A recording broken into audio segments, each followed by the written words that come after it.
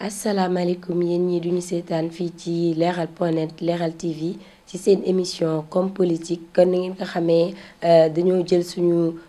programme yépp def ko sensibilisation sur le coronavirus tey nag ñu delluwaat indilaat leen ay leeral dem fii ñuy wax hôpital Le Dantec dem seeti docteur major Mamadou Baro pour mu waxtaanal ñu ci coronavirus bi li ci yàlla génne teg ko ci loxoy ku tedd ki sëñ Modou Kara te mu génnoon fan yi waxe ko tey nag ñu bàyyi major Baro mu présenté wu nuyu askan bi. waaw kon Dieyna ñu ngi leen di nuyu di ziar waa leral.net ak ñëpp ñu ñuy dégg te di nu seetaan di préciser que man Mamadou Baro laa tudd je suis infirmier d'état de profession. Doublé d'un gérontologue. Actuellement, je fais un master en sciences infirmières obstétricales. Je suis là dans cet hôpital depuis 96 pardon. Je suis sorti de l'école en 86. Voilà, donc ci li may wax ci feebar bi ñu koy defee fii ci Dantec tam c'est parce que damay liggéeyee fii xëy si yéen ngeen soxla loolu mais mënoon na nekk sama kër mënoon na nekk feneen waaw pour précision. waaw waxewuma tam ci turu hôpital bi pour que mu leer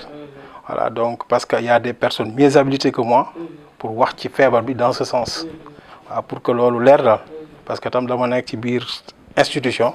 waaw donc damay respecter ni nga xam ne noonu lay doxee voilà léegi nag may teewlu di xaar say question incha allah jërëjëf ci leerlu yooyu tey moom li ñu fi indi woon rek mooy waxtaanee sëñ bi muy sëñ Modou Kara li nga xam ne wax na ko ne feebar bi lee yàlla da ko ci indi li nga xam ne nii ay faj la léegi ñu doon laaj loolu nga leeralal ñu tuuti ci li nga xam ne nii xam nga ko ci balaa ñu jàll ci yeneen question. waaw xam nga moom déjà dañoo am rapport man ak moom benn sama sëriñ la man may taalibeem léegi nag a taalib aussi mooy kuy chercher loolu mooy taalibe en fait le mot loolu lay tekki waaw léegi nag ci cadre bi ñu nekk tey mu wàllu faj par rapport ak jàngoro ji nga xam ne dugg na ci dëkk bi mu jàpp ni moom loolu balaa la maanaam balaa bu yàlla wàccee ci àdduna la fan yële yëpp nag ñu ngi ciy waxtaan wax dëgg yàlla mais ci biir semaine bi ñu génn la ma woo xamal ma jox ma loo xam ne nee na ma lii mooy remède bi faj coronavirus li ma lay jox nag du question xam-xam mais question gëm la effectivement parce que man ci biir monde scientifique laa nekk et science am na nu mu tëddee science lu évident lay maanaam da ngay wax 1 plus 1 égale 2 or ci cadre boobu defe naa ne foofu tam la difficulté bi nekk tuuti ndax li ñu lay wax wàllu gëm ak wàllu xam du doon benn gëm yonent bi sallallahu alayhi wa sallam dafa wax nit ki bu xasee gëm yàlla fu ko neex na tëdd nelaw ça veut dire quoi en fait bu la neexoon tam nga dugg ci biir forêt tëdd fa nelaw malgré que gayndeeg leneen lu ne lépp nga fa kon loolu xam nga ku gëm moo koy def mais du ko xam moo koy def parce que sa xel du ko ñeme waaw léegi nag ci cadre boobu maintenant bi feebar bi juddoo jot nañ ci communiquer lu yàgg mu xamal ma ni nag ci fan yi que moom jox na ma dama ci remettre loolu en fait que lii ku feebar bi dal laata ñu koy defal dara yow soo ko joxee bu toogee 72 heures après mun nañ ko testé waat xool léegi nag foofu tam li ma ciy wax pour ñenn ñi parce que tam xam nga dëkk boo ci nekkee da ngay regrouper sensibilité yi nga am yëpp bu fekkente ne dañ nag ni ko président Macky Sall waxee que dañuy dem guerre kii ku nekk sa arme bi nga am pour faj nangam nañ la ko nangul léegi nag man en tant que scientifique xëy na li ma ci dul mën na nangu ci benn wet nga indil ma loo xam ni bir na ma ne su ma ko defalee sama malade dafay toxique wala am na danger pour moom parce que xam naa yooyu loolu soo ma ko joxee automatiquement du ma ko nangu parce que tam ci biir monde boobu laa évoluer mais soo ma joxee loo xam ni bir na ma ne lii mun naa ko utiliser ci malade bi sans autant mu gaañ ko mais autant mieux rien ne vaut l'expérience waaw man nag ci cadre boobu laa ci waxee vraiment lim ma jox toxique wul ci malade xamal na ma ni képp ku mu dal laata ñu koy defal dara suñ ko administré nañ toogaat 72 heures après defaat testam mun nañ ko boole aussi ak garab yi muy jël parce que l'essentiel c'est de conjuguer nos forces pour que li ñuy am résultat. waaw donc moom daal mbir moom noonu la tëddee. ci wàllu woowu sax lañ lay poser question lim la jox ndax mën nga ñu cee wax as tuut rek. waaw xam nga dafa am loo xam ne moom loolu mooy la grande difficulté xam nga science dañ koy jàngale te bii kenn du ko jàngale mais man ci sama expérience bi ma am ci faj particulièrement moom parce que il s'agit de Cheikh Ahmadou Kara Mbacké bi ñuy wax. gis naa ci yeneen itam mais moom spécifiquement j'ai eu ak moom ay expérience benn bi ku ma jege la koo xam ne wax dëgg yàlla science condamné na ko parce qu'il est passé par moi ñu hospitalisé ko ñu xamal ma ne kii nii parce que man ci biir milieu bi laa nekk laajte ñu xamal ma ne kii nii moom ak feebar bi te xam naa feebar bi il faut rien attendre de lui dañuy xaar yàlla mu ñëw jël ko bi ma demee wax ko parce que kooku ku sori ci moom la itam mu jox ma ñaan ne ma nañ fexe ba tuuti dugg ci gémmiñ parce que kooku mi ngi woon dans le coma xam nga ku nekk dans le coma du lekk du naan nañ fexe ba tuuti dugg ci gémmiñam rek li ci des nañ ko raay le lendemain wallahi azim c'est le gars qui se réveille pour dire jox ma sama garab ba pare joxoñ butéel bi ko sëñ bi jox léegi man scientifiquement nu ma koy expliquer dund naa ko waaye léegi kon léegi moi je suis tenté en tant que scientifique de dire l'impact que la spiritualité a dans les soins parce que xam nga tam scientifique d'accord naa mais li nga jàngat tey am ci limite kon yow condamné sa limite egg nga fa waa keneen ñëw jël ndox simple wax ci lim ciy wax nga defal ko kooku jóg di dox ay activité am ba tey jii ma lay wax te ironie bi mooy que même boo ko récupéré woon normalement moom waratul a wér ci xel dafa war a dof kooku fi mu ne jàng na ba génn mi ngi liggéey macha allah waa te ku ma xam la daal maa moom ñu ngi saafonte tey boobu ba tey waaw kon léegi man en tant que scientifique lan laay expliquer loolu kon nag dafa jot ñun ñu dellu ci suñuy valeur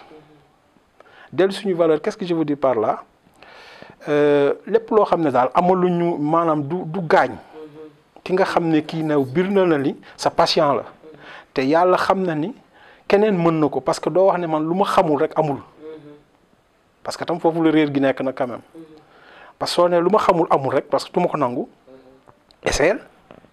parce que science tam loolu moo koy évoluer loo parce que kii def recherche te xam nga chloroquine bi ñu ngi ki doon wax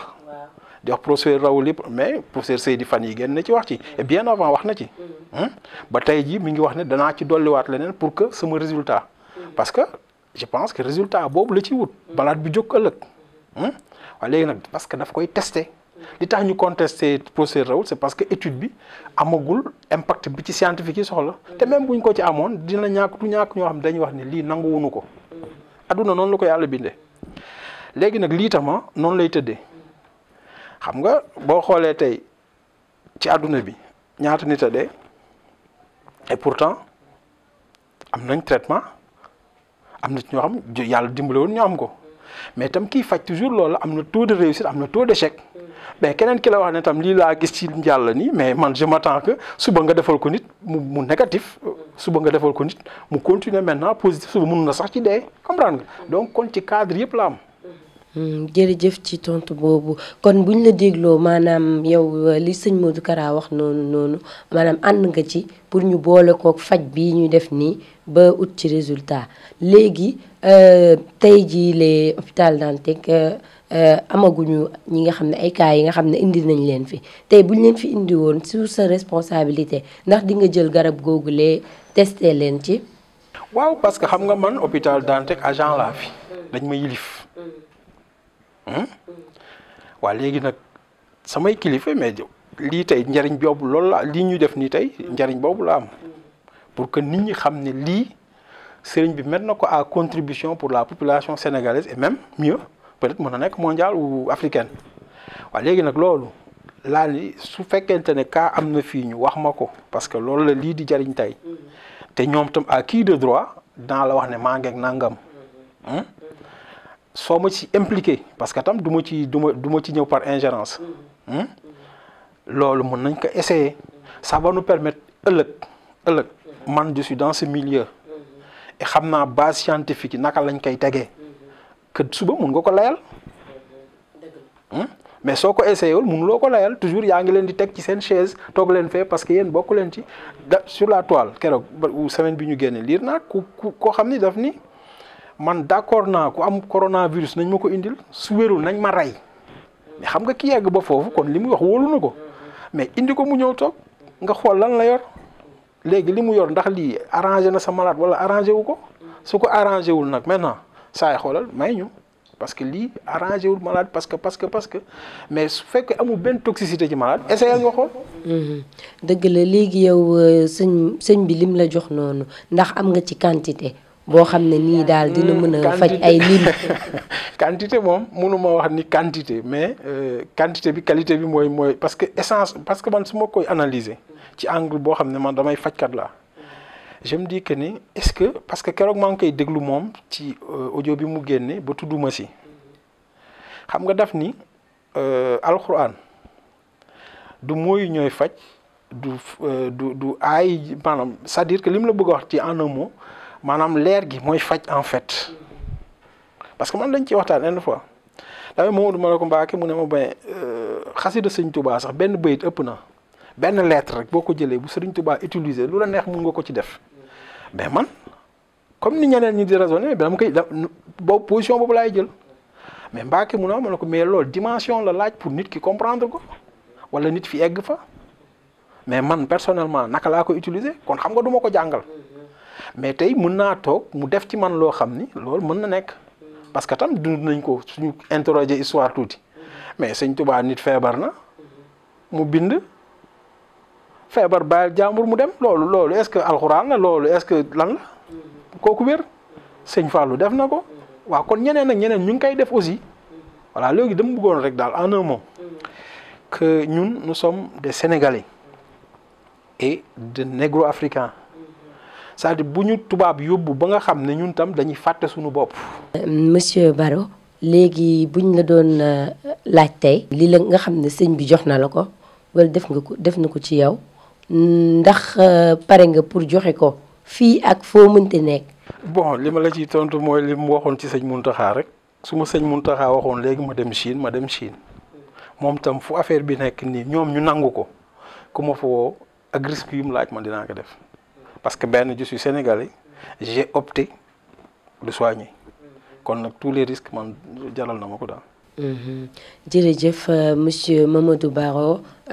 nekk major fii ci hôpital Dantec ñu lay wax nga tàggatoo ak askan bi tàggatoo ak waa émission Comme Politique mi ñëwoon fii pour leerlu ci li am solo lii nga xam ne nekk na paj boo xam ne ci baatin la te sëñ Modou Kara yëkkati woon ko jox la ko. waaw vraiment maa ngi leen di sant daal parce que vous m'offrez une occasion ma mun ci wax parce que xam nga tam yombul ci fi ñu tollu tembe waaw léegi nag bu amee lu ma ciy wax na ñëpp conforme ak recommandation bu ministère de la santé pour fegu waaw ndax ki jàngat dara ba xam ci wax la defe ko nangam te soo jaaxle aussi da nga ci sa santé da ngay dem ci moom wax ko su la waxee defal nangam defal loolu waaw kon na population bi respecter mesure d'hygiène yi nga xam ne mooy tax nga mucc ci feebar bi li ci ëpp solo raxasu la ak ndox ak saabu moo ci ëpp solo bon gel bi su fekkee da nga nekk foo xam ne amoo ndox ak saabu entre temps nga utiliser ko su fekkee yaa ngi génn sa kër ci génn boo xam ne farata la ne serait-ce waaw nga fekk sa bopp soit ci masque nga takk benn masque parce que ñi ci ëpp dañuy utiliser transport en commun yi waaw kon boobu bu amee lu ma ci wax ci cadre boobu loolu laa ciy wax di waxaat population sénégalaise yëpp nag que ni ko président waxee ñun ñëpp nañu doon benn jëmm pour combattre feebar bi am waaw xam naa ne nag bu fekkee déglu nañu recommandation yi te jéem a tam fédérer l'ensemble des forces moo waral tey ñu waxee nii mën naa am yàlla def ci ndam Serigne Modou Kara nag li mu wax ne man lii mooy sama contribution ci ñii feebar waaw loolu tam bu ma sañoon ñu testé ko xool waaw parce que ñun tam en tant que scientifique loolu moo ñu permettre ëllëg ñu mën a wax ni lii kat maanaam ñii ñoom lii la ñu am pour askan wi saa yu ñu ko waxee tam nañ leen ciy déglu ba ñu mun ci joxe seen part de contribution donc c'est un remède nag xam naa ñëpp xam nañ définition am voilà kon ñu ngi santaat ñëpp di gërëm ñëpp asalaamaaleykum wa rahmatullah. jërë ngeen jëf yéen ñi teewlu woon seen émission comme politique ñu dalaloon fi tey le major Mamadou Baro hôpital Dantec mu waxtaanal ñu ci li nga xam ne loolu la sëñ Modou Kara amee comme remède ci coronavirus bi ñu leen di jox rendez-vous beneen émission comme politique ak beneen kàngam ak ci yeneen solution ak sensibilisation toujours xeex coronavirus bu mu dëñ ci Sénégal ak àddina yépp jërë ngeen jëf.